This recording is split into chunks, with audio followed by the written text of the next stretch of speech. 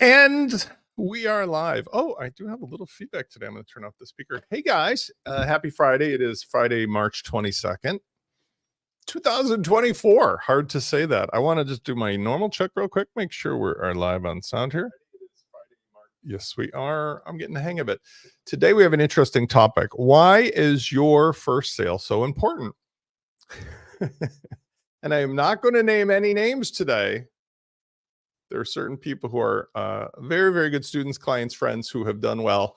And they are examples of why this is a topic I'm talking about. But I am not going to name their names out of personal request. It's not about individuals. This is something, I'm adjusting my contrast.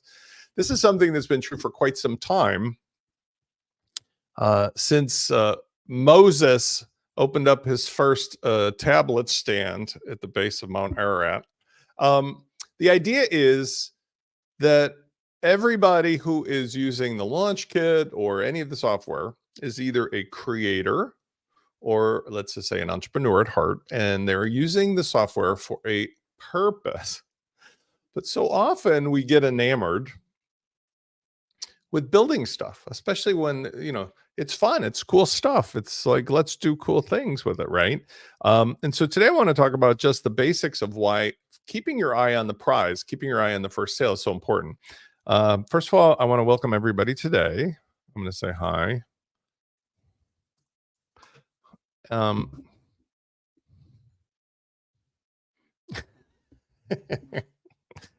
got a funny GIF in the chat from somebody. Okay, so let's start with the very beginning. I'm going to tell you a little story, a Spence story.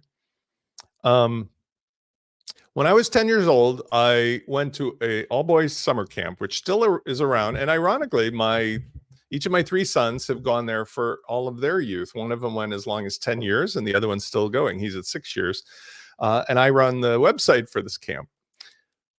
Back in the days, this would have been around 1976. It was a very conservative camp director, and this was an all-boys camp, all male counselors. And we used to get packed up, putting our stuff into one of those old steamer trunks, right? It was like, the box and the lid. And as we're putting my baseball gloves and my swimming trunks and all the stuff for summer camp, a thought occurred to me. This is when I first learned I was an entrepreneur. Maybe I should pack some of my dad's Playboy magazines in there. There was a few other magazines, but the Playboy magazines, because I thought to myself, I'm pretty sure I can do something like rent those out. Now, I don't know why a 10-year-old was thinking this, but I did.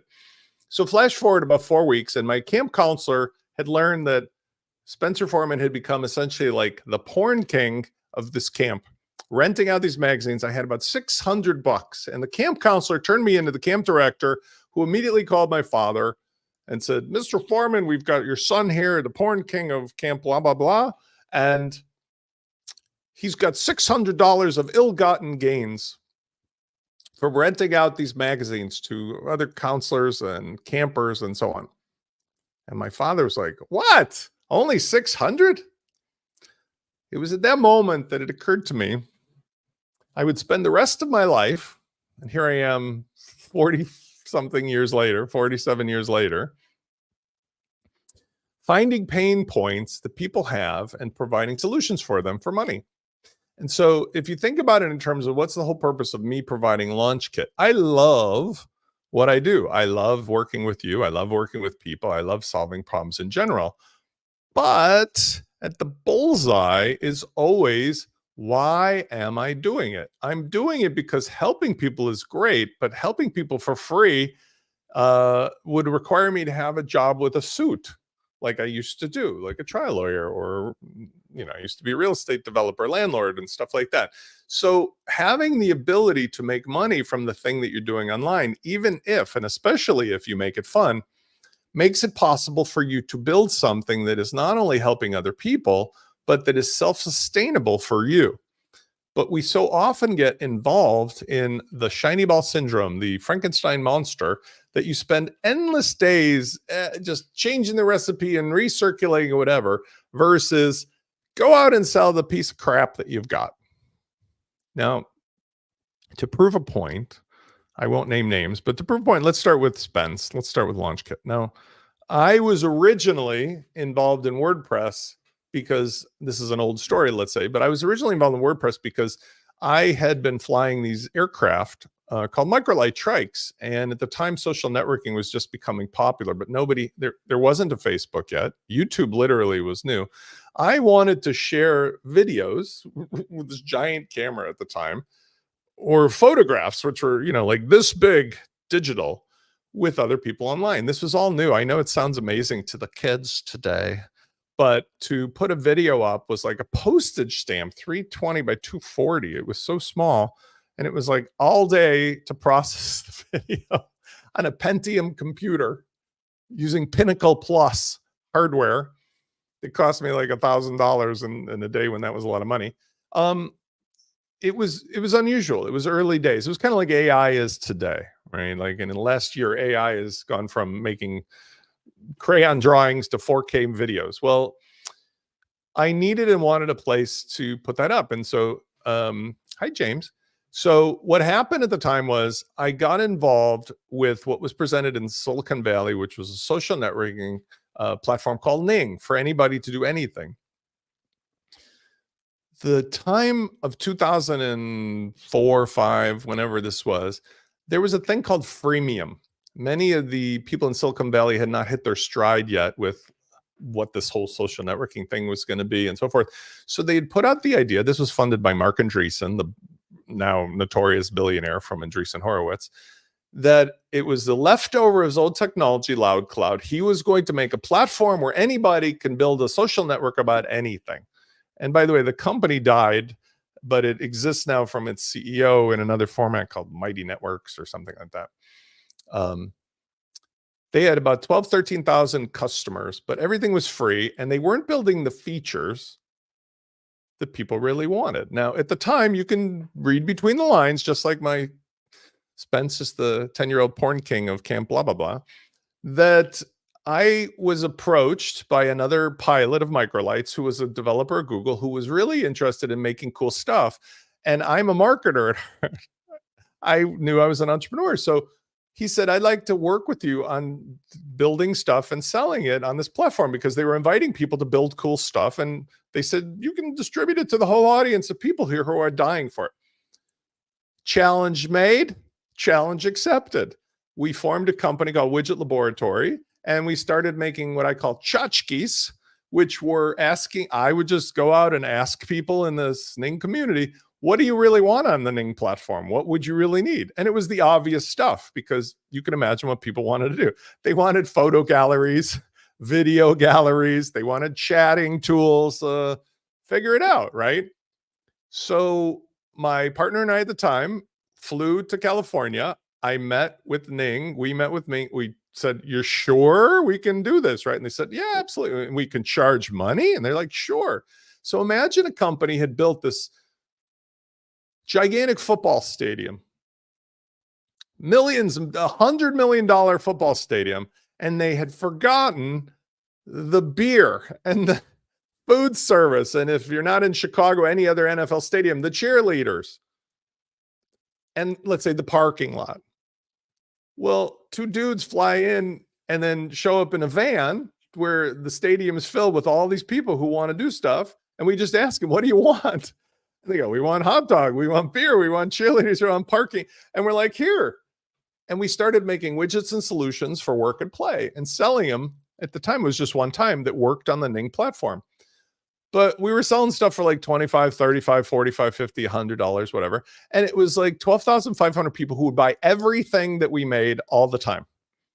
Well, what happened? Just like my camp story. Very similar. Good morning. Good morning. What happened? Just like my camp story. Remember how the camp counselor found out and was upset? Well, when all of the people in Ning started talking about Spence, the evil genius, instead of about Ning and the team and the blah, blah, blah, Ning, it became Spence and Widget Laboratory and his partner, who doesn't like to go by his name anymore.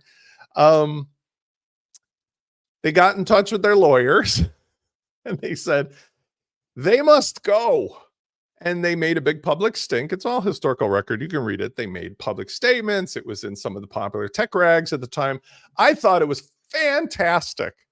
My partner already could see this coming because he had been living in Silicon Valley. He knew how the politics worked. But like what ended up happening was we were making tens of $1,000s a month for a brief window of time, less than a year, out of a goof. But we proved that the people wanted stuff. And we didn't have to own the platform. We didn't have to spend $1 on marketing. We didn't have to go out of our way. You know what we did? We used our noggins and we thought about what was a pain we had, what was a pain that other people like us in the same place might have. And then we talked to them. I talked to them. So you can see the parallel going, right? Like I'm going to camp. I know my dad has a lot of these magazines. My friends always like to spend a lot of time in the bathroom at our house back in the day because the magazines were in the bathroom. I wonder if we're all locked up at the camp for 8 weeks, if this would be popular. Well, same thing for the software solution. Interestingly enough, when we got kicked off of that platform, we got lots of false press, but we got lots of positive feedback and support from, guess what? The 12,500 customers were all like, these guys are the best thing that ever happened, and you guys are totally screwing them for no reason. But they didn't screw us because a company in London reached out. They'd seen the news and they said, we want what you guys know and what you know how to do. And they flew us out. What do you need? I said, fly us out to London. We went to meet with them. They paid for everything. We got in a contract. They gave it a shot at social networking. We all know how social networking ended. Facebook just destroyed the whole market and took it over. But for us, it was amazing because once the engagement with that second company ended in a year or two, I discovered WordPress. And I said to myself, aha, this is like all of the benefits of the software and the platform, but you own it, you control it, you're not locked in somebody's cage. And even though it was fun for me, because I mean, I'm like a rolling stone as an entrepreneur, I'll go where the wind is blowing, where the hills are tilting.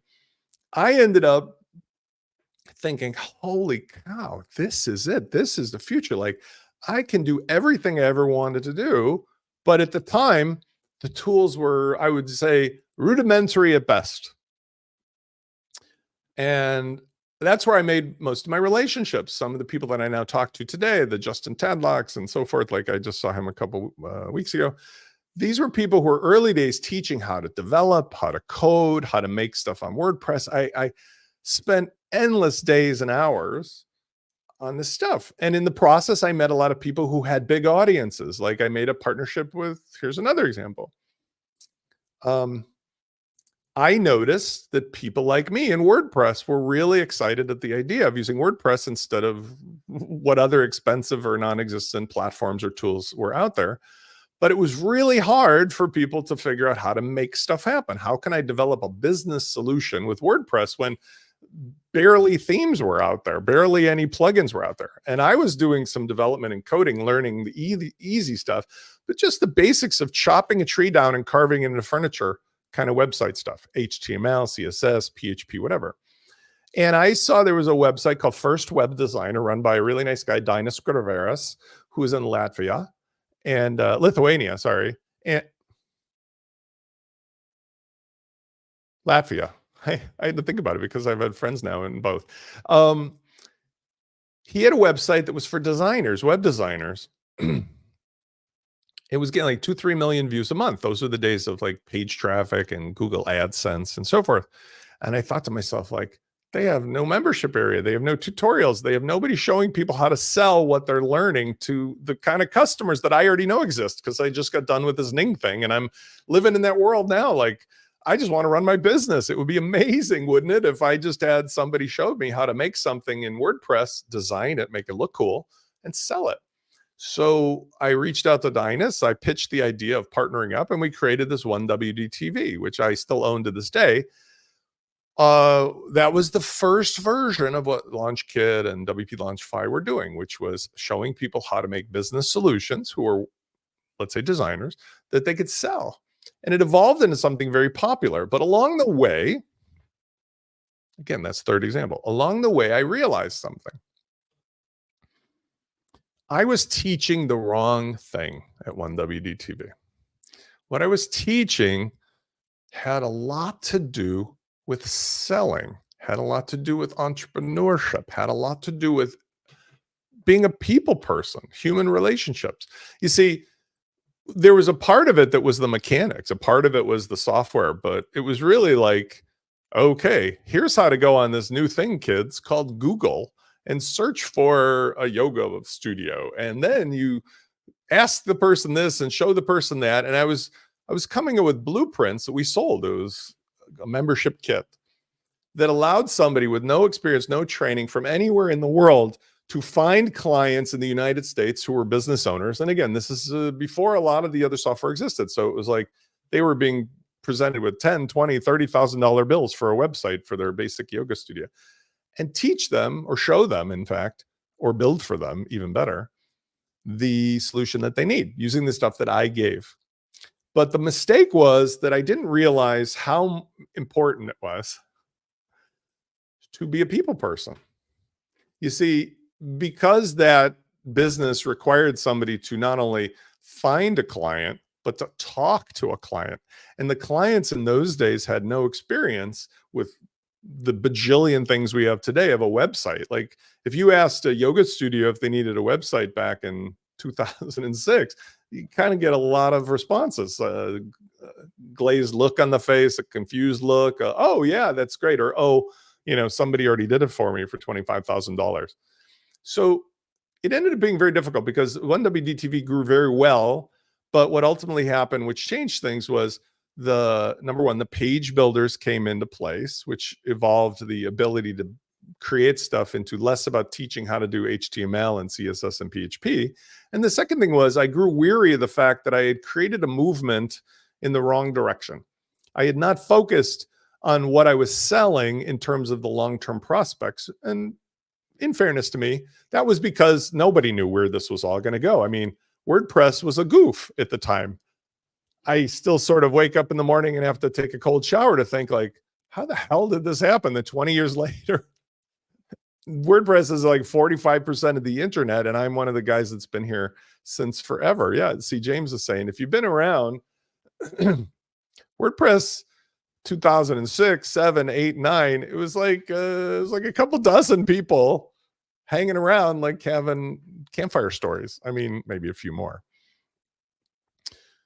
So staying on the theory and on the premise of today, each of these 3, 4 things I'm mentioning, they have a common thread. You have to have the principles. There's 3 to 5 principles that are involved that always need to be in your mind, even if, as we'll get to, you're using the modern tools that I provide you. And I follow these same principles every day. In fact, I had a meeting this morning with somebody for whom but I'm not going to say what it is today because something bigger is coming, something bigger of what I've been talking about, but I'm not ready to announce officially this morning. And the threads that I consistently run through, and I think you should run through, have these kind of things in mind. What is the pain point that you are having? Is there a pain point? I feel it's really, really useful. It's not a law, but it's really useful that if you're going to spend every waking moment or 40 plus hours a week on trying to make a livelihood or an income stream from something, and I presume that everyone who's listening to me has got that in mind. I mean, you wouldn't need to be here if you're just for fun, because your little hobby thing, you would just do it and it worked or didn't. Most people are here because they want to actually succeed with their business or with their being an agency or an implementer, marketer. Gum time. What is the pain that you have? Because if you don't experience that pain, it would be very difficult for you to understand what pain the customer might have. Well, I was an early bloomer, 10 years old, lived in a very liberal household. Thanks to Mr. Hugh Hefner, I understood there was some stuff coming up in my life. It was very exciting to a young man. I knew all my friends were excited about it. I was pretty sure my dad and adults were excited about it too. I didn't understand what it meant in the bigger picture, but I understood enough to know it was exciting. I needed a solution for my videography and digital photography. And I understood there was a bunch of other people in this place, and this football stadium was like amazing, but I knew I wanted a beer and a hot dog, and I'd like to park my car and maybe watch the cheerleaders. I knew that WordPress was this free version of this amazing stuff. And yet there was a guy who had 2 to 3 million visitors who were all talking about design in a vacuum. And we're not discussing this free tool set that was there that I thought was incredible. And there was all of us sitting around the campfire. So thinking about my own pain points, my own reasons for being interested in stuff made me understand that like I could really hang out here, because the second part of the thread, besides having the pain, is what do you do now to solve the pain that could be better? Can you build a better mousetrap? Can you create a better solution? Can you compile something for yourself that solves the pain? Answer on all of those was yes, especially in WordPress. In the early days, I had to take some of the rudimentary things and compile them, put them together, actually learn. Chris Coyer's CSS tricks came along a little later, but like, wow, blew my mind how amazing CSS could be. It was early days of CSS itself. But building solutions manually was not what I thought I would do after being an attorney and in real estate and all these other professions. So it was surprising, but I loved it. It was like a hobby. I really enjoyed solving that problem. Step 3, find other people who have the same pain. Now, in those days, there were very few social networks. I mean, Facebook really didn't exist yet. The only thing that I found were blogs and the original WordPress forums, which this is an interesting thing to talk about many, many, many years later. In those days, which is still true today, WordPress.org had forums where if you went in to talk about plugins or just general topics, people would say, I'm having a problem figuring out this, whatever. Now, the interesting part was they have what I felt was like a well-intentioned but very badly implemented rule, which gave these volunteer moderators the power to decide with just some really squishy rules whether somebody was being helpful or soliciting or self-promoting. I get it. I developed whole systems about how to be the most helpful guy in the world, but I knew I couldn't like put a direct link to my thing or this or that. So I figured out schemes, but it worked. How I could go in and answer anybody's question. And like, holy cow, who is this guy, this Spence, evil genius guy, whatever. Because remember, I'd had the success in this other marketplace financially. Who's this evil genius guy? And at the time I called it Lab Secrets. I just needed help. And he's like, helped for free. And the scheme was I would put screenshots in that had my domain very clearly in there of where to find me, but they were screenshots. And the moderators in those days, you can probably find it somewhere if you go like, the moderators in those days were clever, but I was always like cat and mouse, one step ahead. It got exhausting after a while. So that's why I moved on to other things, like I was mentioning with the 1WDTV and Dinus Graveris, because see, he had 3.5 million or whatever it was potential customers. I no longer had to play cat and mouse games to get attention. But finding other people who have the same pain that you have, that you've learned to solve, is incredibly important. And I spent $0 over the last 20 years on ads. I have literally never spent $1 on advertising any product or service, other than maybe I'd done a couple gimmicks like a Black Friday sale here and there. It never worked out. I've always found by being as helpful as possible to a group of people, and I call this the birdie on the hippo's back technique. Find a group of people existing today very easily. I mean, today there's a jillion groups, Facebook groups, and you can go on Discord or Slack, or I mean, you can find people all over the place now. Figure out if they have the same pain point you have. Figure out if you can help them for free. Get them into a relationship where they'll talk to you about the thing that you're able to do for them for free. Why? Because you see, number 4, when people find helpful people, Their natural humans. I was a psychology major, believe it or not, in college, but this is an entrepreneurial thing. When you find people who help you, your human tribal instincts kick in, and that person becomes the person to whom you will go to for all your future similar problems. So I help you fixing a flat tire on the road, and I give you my card that says, I fix flat tires on the road for people with whatever problems. You're going to keep that in your wallet, or you're going to put it in your phone these days. And the next time you or a friend has a problem with the tire, it's you, baby. It's you. So the idea is, number 4, you have to offer yourself for free, like what we would call a lead magnet today. I do it by free calls, lots of videos, lots of being in public spaces, talking in shows and in live events and so on and so forth, because people will then come to me and tell me all their troubles. And when they tell me all their troubles, I have something in my freezer here that aligns with solving those troubles for money. But since they've already gotten help from me, they've gotten free information from me, they've gotten my time and expertise, that means it's possible for me to give them something that is not hard to sell. I would call it like, it could be tripwire, it could be a low cost product like $7 to $9, or it could be something that's actually like a continuity product, like a $47 a month, like a business page. This is exemplified in some of the other relationships I've had. So subsequently to 1WDTV, and I started building out the business and the consultative stuff, I was found by some very successful entrepreneurs who had businesses that they were using WordPress, but they kind of realized that they had Frankenstein monstered it. One notable one was this guy who's running one of the largest, and I think still is, the largest bookkeeper training companies in the world.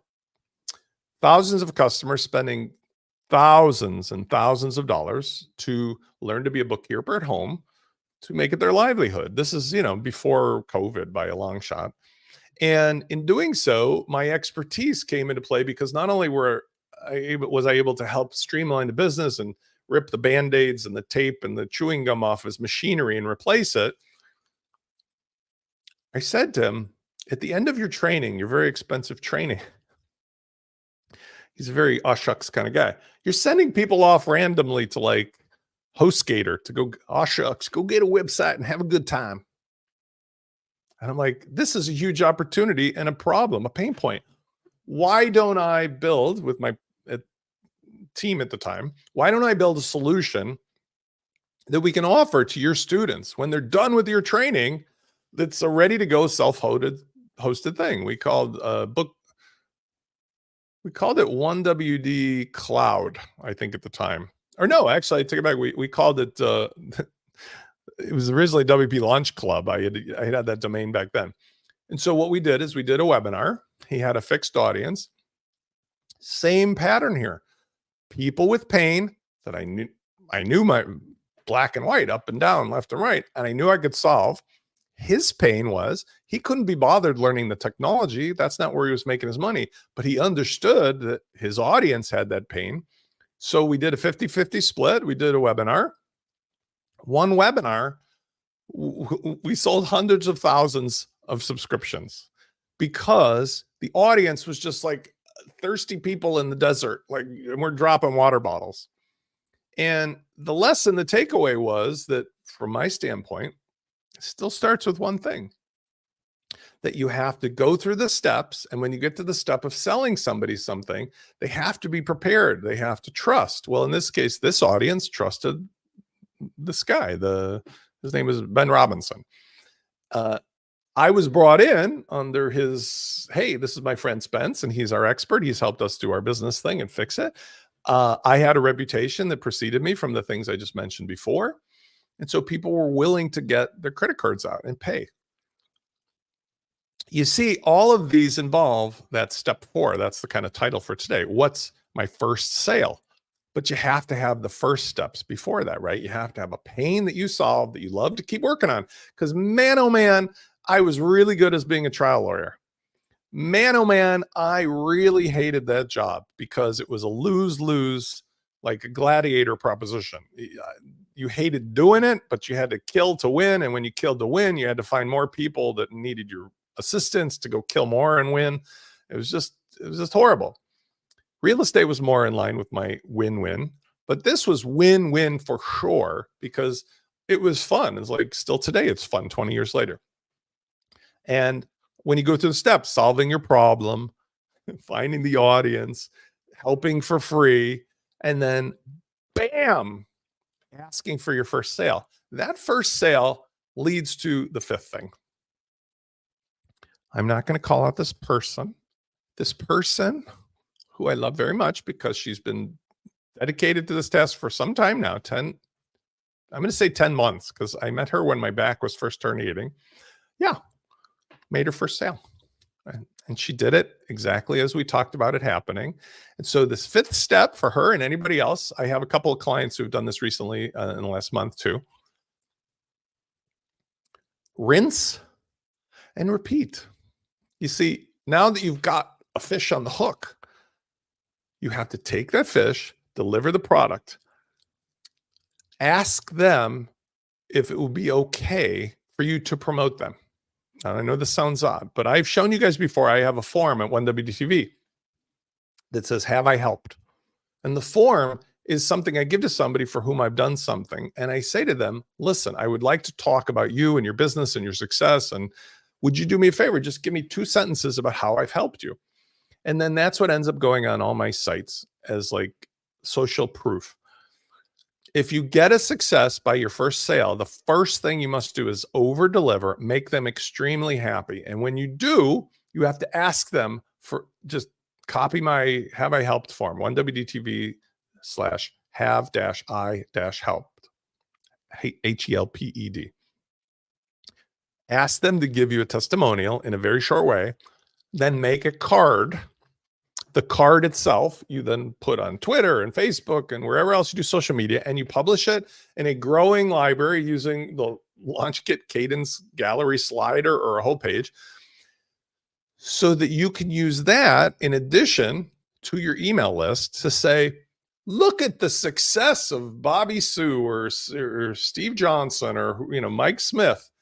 Look at how amazing their business is and look at what they've said of how great it is for my blankety blank solution. And the reason you do that is because when somebody says that it worked and you over deliver and you tell other people about it, that psychologically is known to reduce their friction, their resistance, if you will, to using your product or your service. And if you get your second sale, now you promote both of them.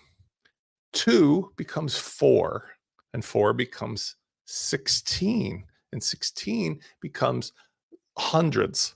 It becomes very exponential very quickly because what happens is it doesn't mean that like everybody just trickles in, one at a time. And it doesn't mean that it happens overnight. It means that the more you repeat it, the more you hear from people what it was about that first sale that was important. You see, like, what was the thing that tripped the light switch on? Now, if you would like to be similar to what I do, instead of spending money on Facebook ads or trying to get cold audience, if you follow the steps, find that birdie on the hippo's back, and you spend the time to have a conversation, you must have something you're selling that is worth roughly the time spent. I mean, it may not be profitable at first, but the information is valuable because it's way better than had you spend money on Facebook ads and you had no idea who did what, when, where, and why. And you need to be interested in the pain because you're going to have a lot of phone calls, a lot of personal interactions. You're going to have to learn what is the thing that I said or did or offered. So if I think about like WPLaunchify, for many, many, many years after 1WD folded, WPLaunchify was like me having the conversations and trying to figure out like, how am I going to solve your Frankenstein? I had a very long relationship with somebody who was on my team, who used to be one of my students, but then was on my team. I had like 12 people that whittled down to 6 people that whittled down to 1 guy. And he and I together spent 5 years, 6 years, but we were always doing the thing that comes from like the WordPress development craziness. The flea market of WordPress was just starting, But so many people had so many Frankenstein monsters that we were finding and looking for people with Frankenstein monsters that we could hands-on fix. And that actually was very profitable and it kept working. But after a while, I started to feel, especially in the last couple of years, that the future of WordPress is people want one trick pony solutions. They want all in one. They want a relationship with you, even if that means you're delivering a product or service. So very publicly, I changed the business. We ended our relationship the end of last year. And all of 2024 has been the new version of this. Spence, WPLaunchify, is offering Launch Kit and whatever else we're going to call this in the future, where it is a WordPress as a service solution where 3 things happen, all of which lead to a first sale. I find people with the pains that are solved by my kit. I've got them in the ready. I offer unlimited amounts of crazy help publicly in videos and live events. I become known as the guy for this pain point. You're going to be known for the person with your pain point solution. I asked the person to come to a free call. Now, yesterday, my back has been something. Yesterday, I had 4 calls, maybe 5. It was a lot of sitting. I shit you not, like none of those calls lasted for 15 minutes. They all went on for longer. One of them was a 15-minute call with 5 people from a company that's a well-known company.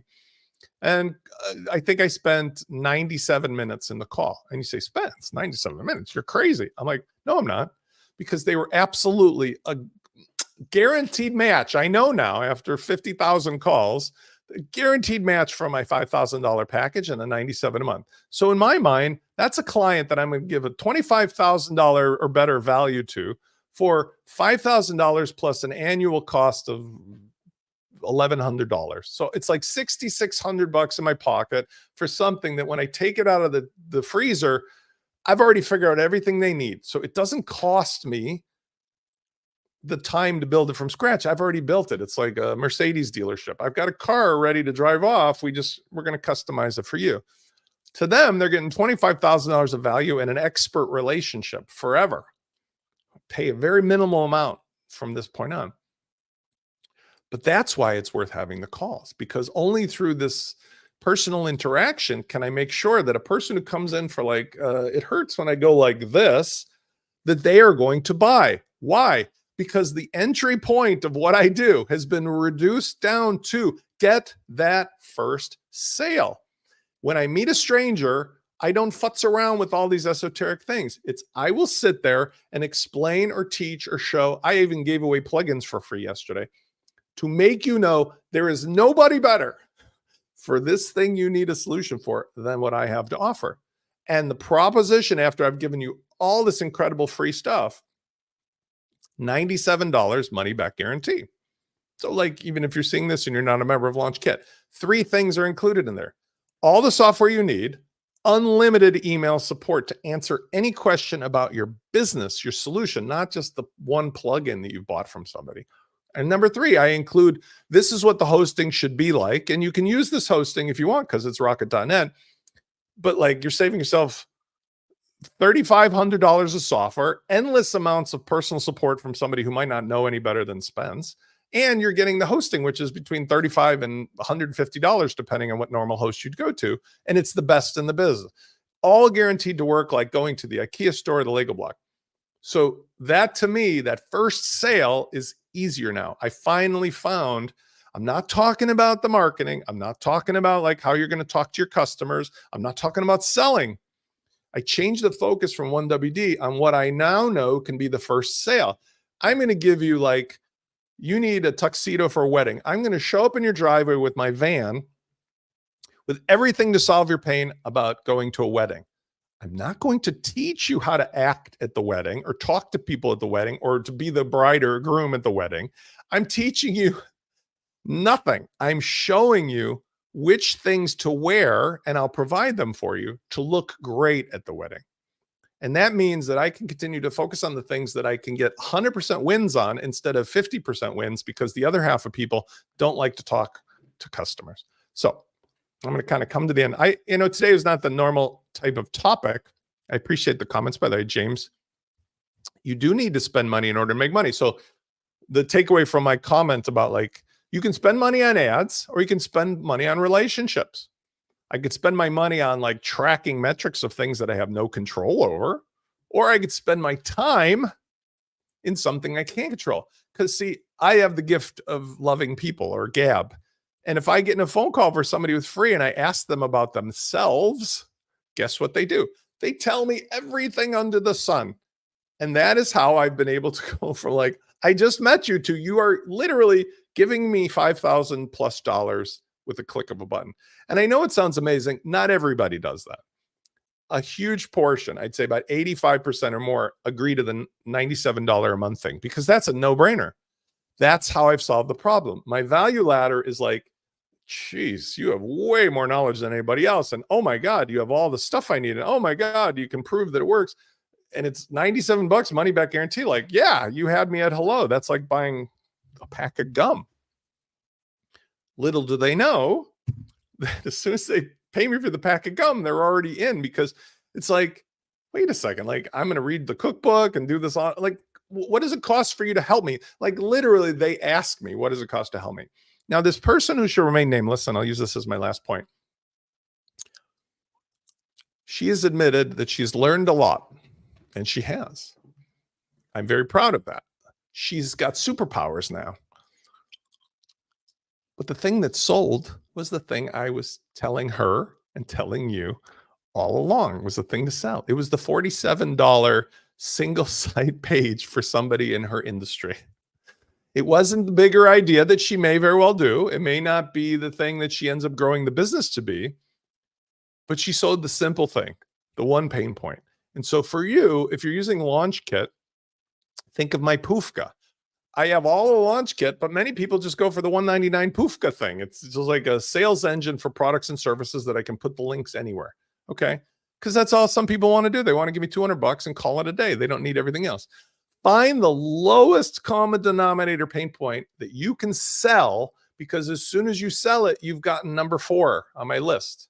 I just watched Inglourious Bastards, so I'm always thinking like, I'm American. I would never do this. But apparently in the movie, doing this number 3 or whatever was a bad sign. I was supposed to go that.